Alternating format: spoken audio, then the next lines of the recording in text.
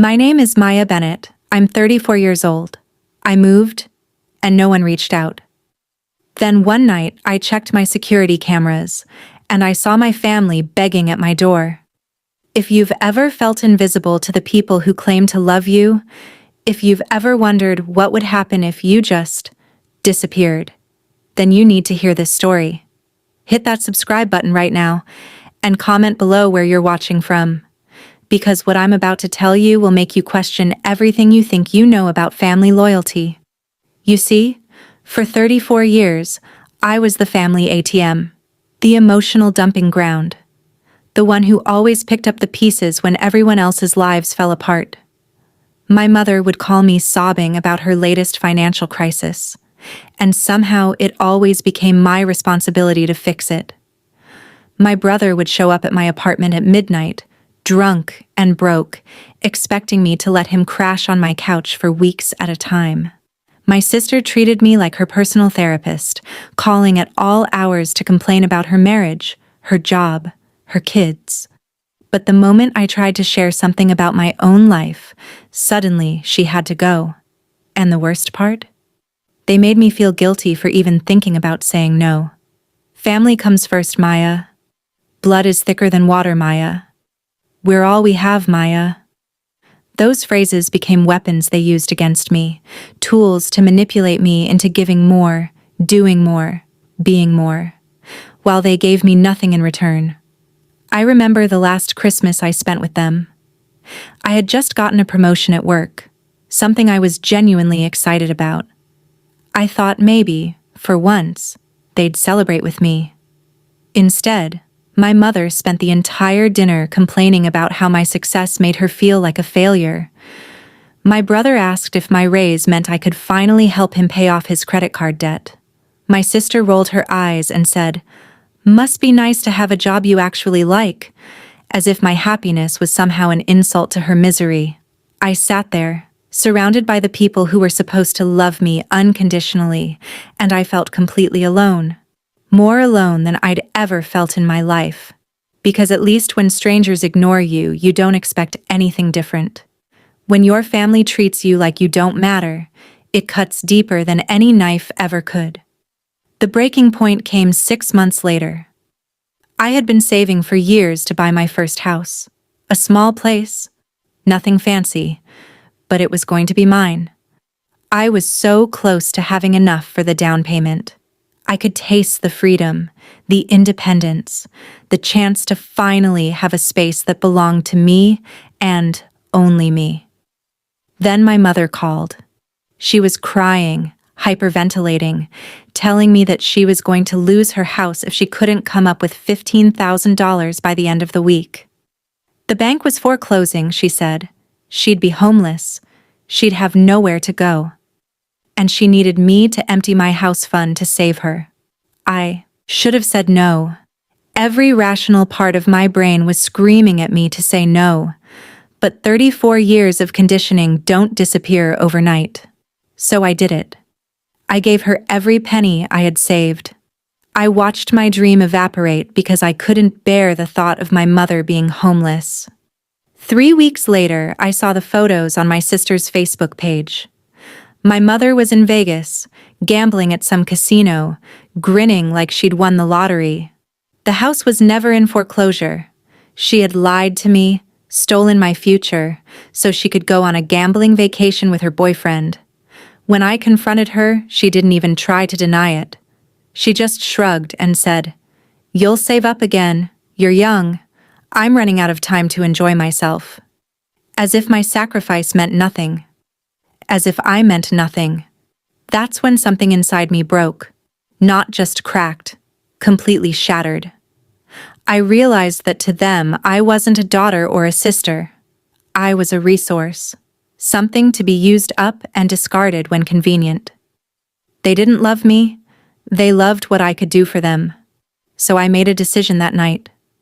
I was done. Completely, utterly done.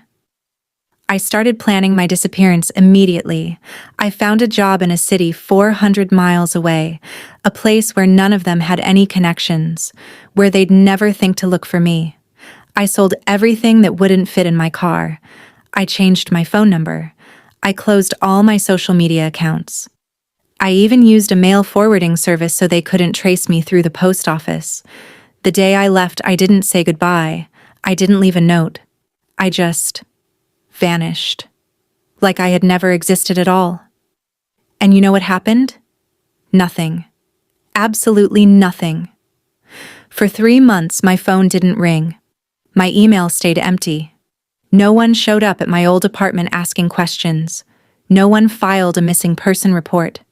My own family didn't even notice I was gone. That silence was more painful than any argument we'd ever had. It confirmed everything I had suspected but hoped wasn't true, that I had never mattered to them at all. I was so insignificant in their lives that my absence didn't even register. But that silence also became my salvation, because for the first time in my adult life, I could breathe. I could make decisions without wondering how they would affect someone else. I could spend my money on things I wanted instead of someone else's crisis. I could go to bed at night without my phone buzzing with someone else's drama. I found a beautiful apartment in my new city, nothing fancy, but it was mine. I invested in security. Good locks, cameras, a doorbell that recorded everything. I vetted my neighbors carefully. I created a fortress of peace around myself, and for the first time in decades, I felt safe. But I'm not naive. I knew that eventually they would come looking for me, not because they missed me, but because they needed something. So I prepared for that day. I did something that might sound crazy, but hear me out. I deliberately left a trail, a false trail. I made it look like I had moved to a city about an hour away from my real location. I rented a small house there under my name, made sure the utilities were connected, even had mail delivered there occasionally. But I never actually lived there. Instead, I turned it into what I call my decoy house.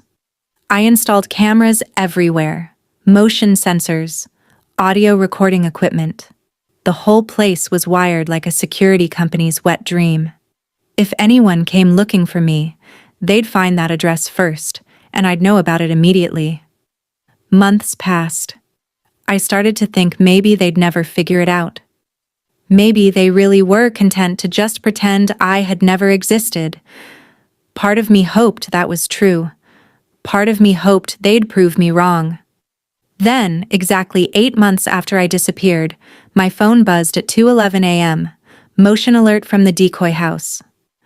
My heart started pounding as I opened the security app. The cameras had perfect night vision, and what I saw made my blood run cold and my heart break at the same time. There they were, all of them. My mother, my brother, my sister, even my brother-in-law, standing on the front porch of the decoy house like some twisted family reunion. And they weren't there to apologize. They weren't there because they missed me or worried about me. They were there because they needed money. I watched as my mother pressed her face against the window, trying to peer inside. I listened as my brother tested the door handle, checking if it was unlocked. My sister was pacing back and forth, clearly agitated, checking her phone every few seconds.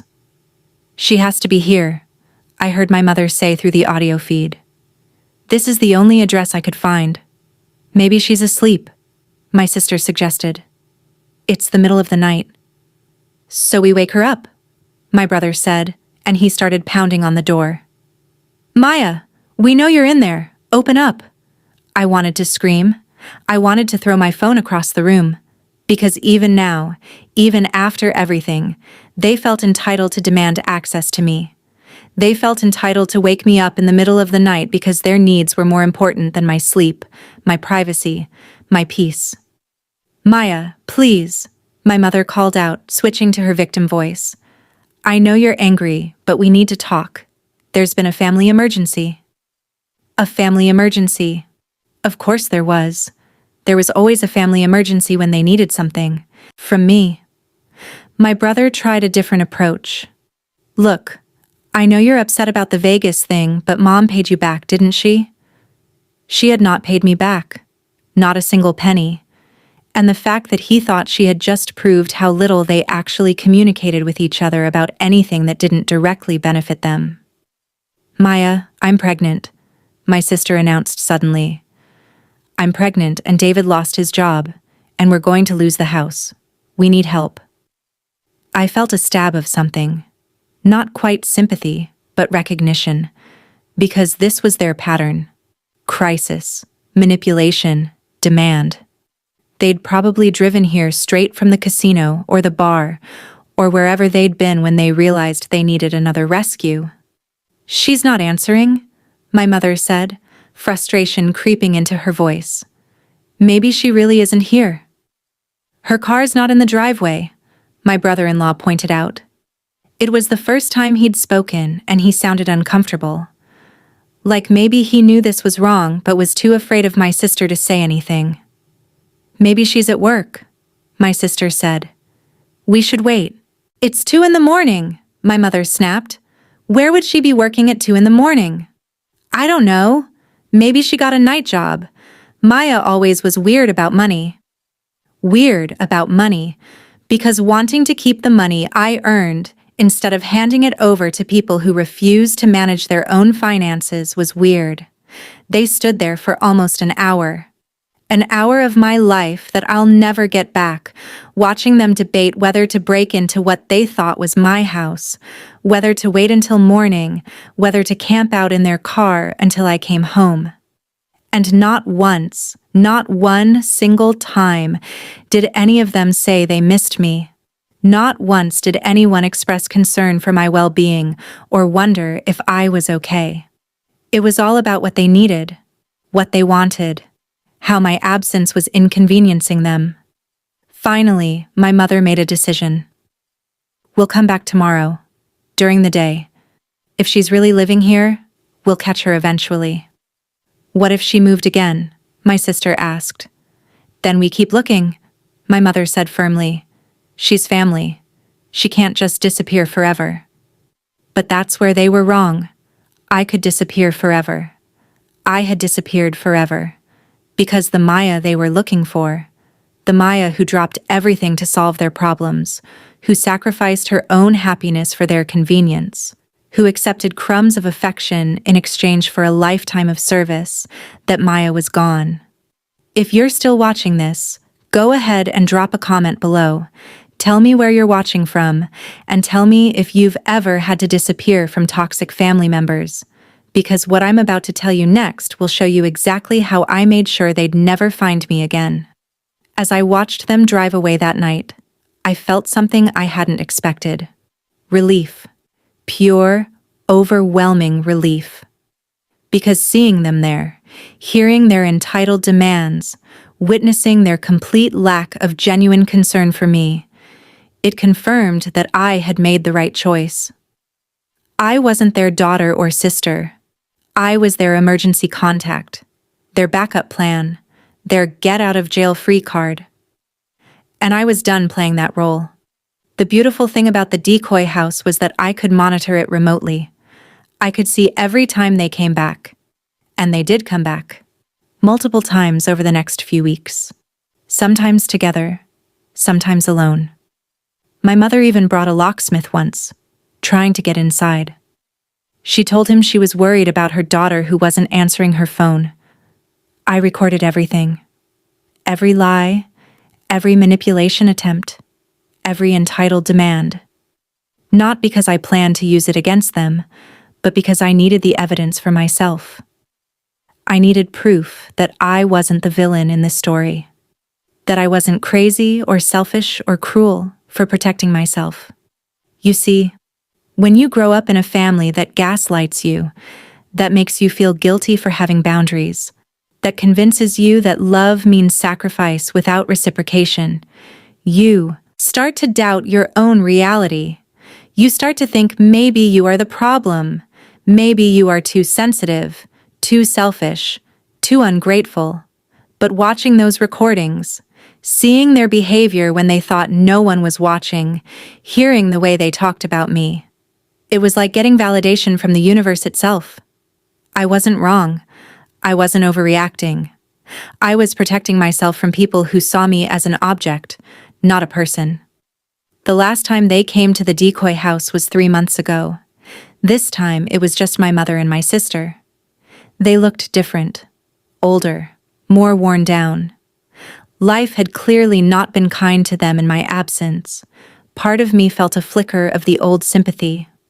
Part of me wanted to call them, to offer help, to fall back into the familiar pattern. But then I heard what they said. "I still can't believe she just disappeared like that," my sister said. "It's so selfish." "She always was selfish," my mother replied. "Even as a child. Always worried about herself instead of the family." Selfish. After giving them everything I had for 34 years, after sacrificing my own dreams to fund their mistakes, after being available 24/7 for every crisis they manufactured, I was selfish for finally choosing myself. That's when I knew I could never go back. Not because they hadn't changed. I never expected them to change. But because I had changed. I had learned what it felt like to matter, to be more than a solution to someone else's problems, to have value beyond my ability to fix things. My revenge wasn't public humiliation or legal action or exposing their lies to the world. My revenge was simpler and more devastating than that. My revenge was walking away and staying gone. Because here's what toxic families don't understand. They need you more than you need them. They need someone to blame for their problems, someone to bail them out of their mistakes, someone to absorb their emotional chaos so they don't have to deal with it themselves. When you remove yourself from that equation, their whole system collapses. I don't know what happened to them after I left. I don't know if my sister really was pregnant or if that was another lie designed to manipulate me. I don't know if my brother ever got his life together or if he's still floating from couch to couch, expecting other people to support him. I don't know if my mother ever faced the consequences of her gambling addiction or if she found another victim to fund her self-destruction. And for the first time in my life, not knowing doesn't keep me awake at night. Their problems are not my problems anymore. Their crises are not my emergencies. Their failures are not my responsibility to fix. I am not selfish for choosing peace over chaos. I am not cruel for refusing to be used. I am not wrong for demanding the same respect and consideration that I gave freely for decades. Family is supposed to be a safety net, not a trap. Love is supposed to lift you up, not drain you dry. Relationships are supposed to be mutual, not parasitic. If your family makes you feel guilty for having boundaries, if they only contact you when they need something, if they treat your kindness like weakness and your generosity like obligation, then maybe it's time to ask yourself, what would happen if you just disappeared? You might be surprised by how little you're actually missed and how much you don't miss the drama. You might discover that the silence you feared is actually the peace you've been craving your whole life. I'm not saying everyone should cut off their family. I'm not saying forgiveness is wrong or that second chances are foolish. I'm saying that you have the right to protect yourself from people who hurt you, even if those people share your DNA. I'm saying that sometimes the most loving thing you can do, for them and for yourself, is to walk away. My name is Maya Bennett. I'm 34 years old. I disappeared from my family's life, and it was the best decision I ever made. I am not their emergency contact anymore. I am not their backup plan. I am not their get-out-of-jail-free card. I am free. If you've made it this far, thank you for listening to my story. Drop a comment below and let me know where you're watching from. Tell me about your own experiences with setting boundaries, or about the toxic relationships you've had to walk away from. Because sometimes we need to hear that we're not alone, that our experiences are valid, that our pain matters. Sometimes we need permission to choose ourselves. Consider this your permission slip. Subscribe if this resonated with you, because there are millions of us out there, people who chose healing over history, peace over performance, authenticity over obligation. We are not selfish. We are not cruel. We are survivors, and we are free.